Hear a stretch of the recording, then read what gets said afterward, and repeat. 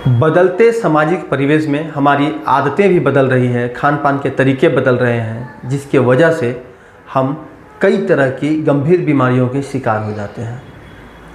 हमारे साथ डॉक्टर अरुण बनवाल हैं, जो कि ज़िले के जाने माने सर्जन हैं और धनबाद SMMCH से कुछ दिन पहले बतौर अधीक्षक रिटायर किए हैं। सर से ही हम सीधे रूबरू होते हैं। सर, आज का जो हमारा खान पान की पद्धति है वो काफ़ी विकृत हो चुका है, तो ऐसे में किस तरह की बीमारियों की संभावना सबसे अधिक है और कैसे उस पर हम निजात पा सकते हैं? किन किन आदतों में हमें सुधार लानी होगी? Thank you sir. तो मैं पहले तो एक अर्ज करना चाहूँगा कि आपने जो विषय परिचर्चा शुरू की है, ये विषय बहुत बड़ा है। हम छोटे से अंतरिक्षा में हम उसको बढ़िया से हम बता नहीं सकेंगे, लेकिन फिर भी मैं कोशिश करूँगा कि कम से कम शब्दों में मैं मुख्य बिंदुओं को छू सकूँ।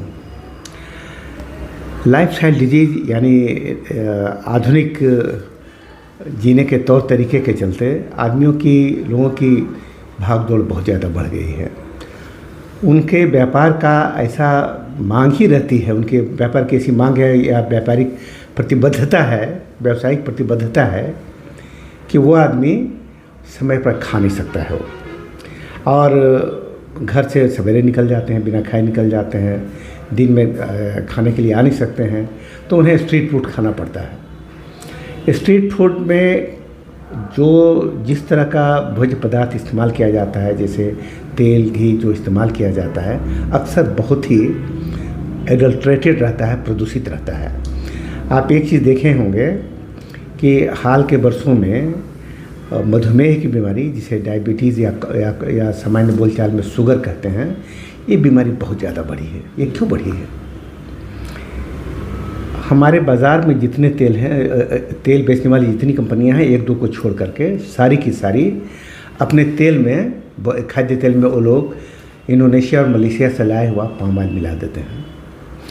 पाम ऑयल मिला रहता है, लंबे समय तक अगर इस्तेमाल करेंगे तो वो पेनक्रियाज को वो नुकसान पहुंचाता है।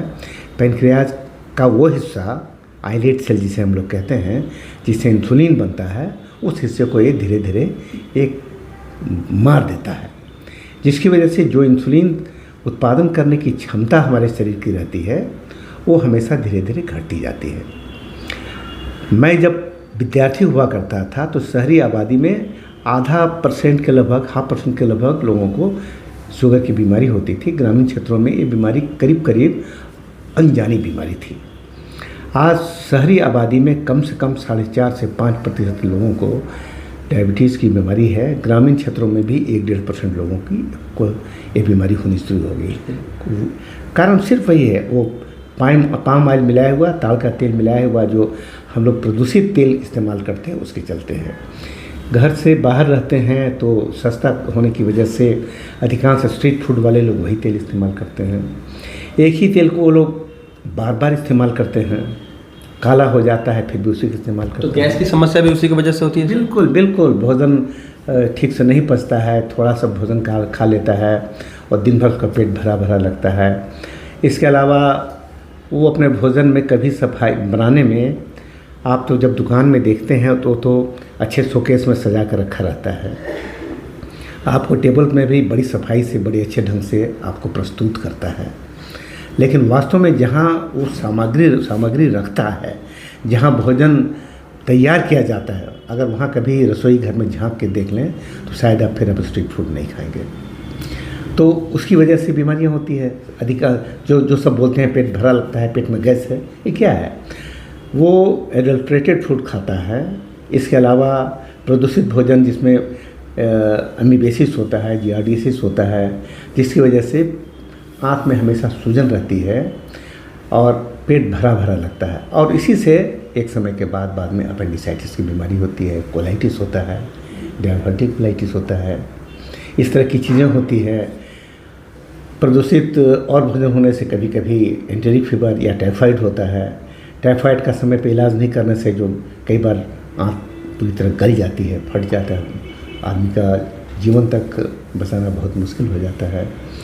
तो इसी तरह की और भी बहुत लाइफ स्टाइल बीमारी और भी बहुत सारी हैं। आप भोजन समय से नहीं करते हैं, खाली पेट काम में लगे हुए हैं, तो क्या होता है, पेट तो खाली है। एक समस्या और आता है सर, कई दफ़ा गोल ब्लैडर की जो पत्थरी है वो भी लोगों को बहुत परेशान करती है, ये इसका क्या कारण है? हाँ, गॉल ब्लैडर डिजीज आप कह रहे हैं, जिसमें पित्त के थैली में पथरी होती है। हम लोग पारंपरिक रूप से यही पढ़ाते रहे हैं कि ये 5F से होता है। फेयर, फर्टाइल, फीमेल और फोर्टी। फेयर मतलब सुंदर, फेयर, फैटी, फर्टाइल मतलब बाल बच्चेदार, हाँ, महिला, और 40 इनको होता है। लेकिन मैं ये देख रहा हूँ कि ये इसमें कुछ और भी बात है, और ये मैंने कई बार साइंटिफिक डेलिब्रेशन में सर्जनों के बीच में मैंने इस बात को रखा है कि ये कुछ खास पट्टी में, कुछ खास इलाके में ये बीमारी इतनी ज़्यादा क्यों होती है। जैसे गंगा बेल्ट में मुझे तो लगता है कि 10-11% महिलाओं को ये बीमारियां हैं। कम से कम 10-11% महिलाओं को ये होता है। कई परिवारों में जितनी महिलाएं हैं सबको ये गॉल ब्लैडर की पथरी हो जाता है, कई बार पुरुषों को भी। वजह क्या है सर? ये कोई न कोई इन्फेक्टिव कॉज होना चाहिए, जो अभी हम लोग, हमारे डॉक्टर, हमारे रिसर्चकर्ता लोग उसको अभी तक डिटेक्ट नहीं कर पाए हैं। इसके अलावा जो पुराना फैक्टर है, फैटी फूड लेना, ज़्यादा मोटा होना, सीडेंट्री काम करना, ये सब कारण तो है ही, लेकिन मेरे ख्याल से ये सब कंट्रीब्यूटरी फैक्टर्स हैं। मूल कारण कुछ और है, वो आने वाले दिनों में हम उसको जान पाएंगे।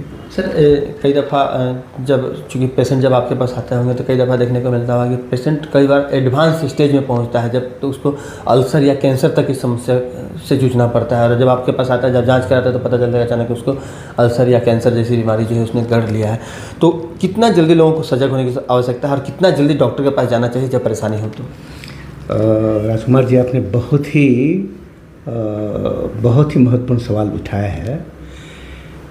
गॉल ब्लैडर की पथरी होने से पश्चिमी देशों में कैंसर होने की संभावना 20 साल तक बीमारी अगर रहे तो 0.1% होता है। यानी 1000 महिलाएं या पुरुष पित्त की थैली की पथरी से ग्रसित हों तो करीब 20 साल में एक आदमी को कैंसर होता है।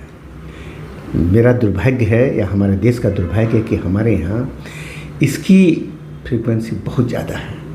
ये और 3-4 साल के अंदर, 5 साल के अंदर ही कम से कम 10% महिलाओं को पित्त की थैली का कैंसर हो जाता है। इसकी और विडंबना ये है कि पित्त की थैली तो लीवर से सटा हुआ रहता है। तो जब तक वो हमारे पास मरीज आता है इलाज के लिए, तब तक वो लीवर में फैल चुका होता है, और लीवर में फैल जाने के बाद डॉक्टर के पास करने के लिए कुछ बचता नहीं है।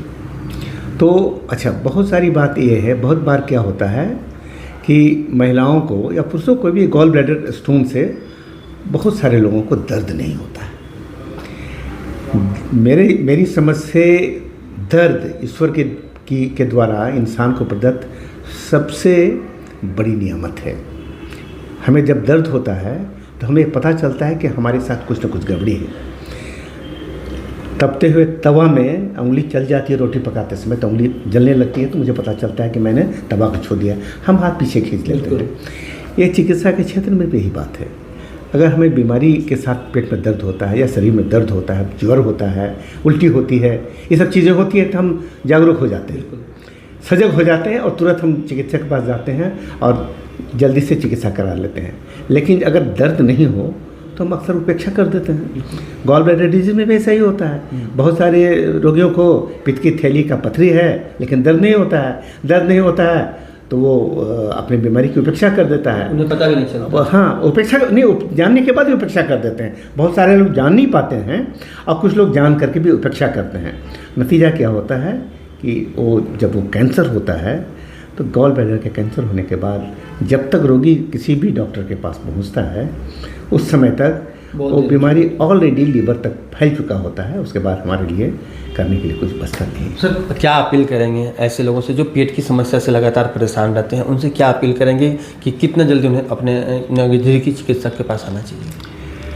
मैं दोनों ही चीज़ों पर जोर देना चाहूँगा। एक कि अपना जीवन जीने का तरीका बदलें।